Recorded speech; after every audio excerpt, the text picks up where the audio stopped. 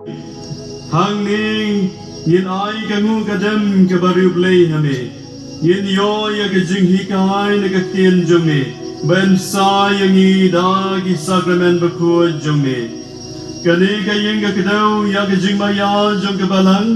ya ka bau Chris hi la sat ko de ka snam bau la the bau doctor wa haladi ya ka kum ka dong let ku rem ba phalang ka thei suti ka bating shan da ka jing shida ka jingen ka kmi ka ba sei so da ka bor jung men siem ba khot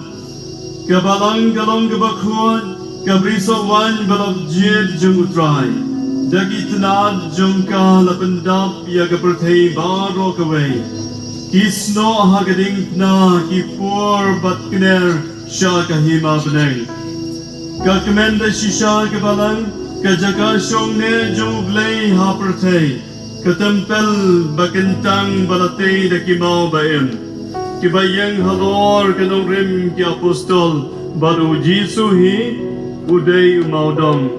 ka balang balakentiu shadrong ka yang halor ulum bakenjang ka pau shai bakating shan ha baro na ka bagajing shai ulang brot ka ting shan si junam Bat ke Jingduwai ai ngu kiriu kuat ke yai sabah ka. Ablei trai kendran ngiwan kerpat yame bamenteker hai ki jong me na beneng halor kane ka ying sat ying suran. Bat halor kane ka duwan dupat bakane ka jaka kan yai sa kum ka jaka bakentang. Bangin don kamit kawai balakre barabor naga benda ka jingkinyaw Chris. Hang ni ablay ng bunong tao, tu ay baki jong ki jingay jong me kintelep, yagi kun jong me, yin yap yagapop, ben ka thymmai yang i siya ka jingem bakan jabneng. Ablay try kan rod, ay bamangi kipat jong me ngin lum hang ni saudong kaduan kadupat. Ban penmentai ka jingknya pas kau Chris ban ngin yo bor yo sor daga babsa daga kien jongu ban naga med jongu ai bhagane ka jaka kan sawa ka jing terwar wai ya ro jingkmen ba ki sur jongi ki breu kinya solang bat jong ki angal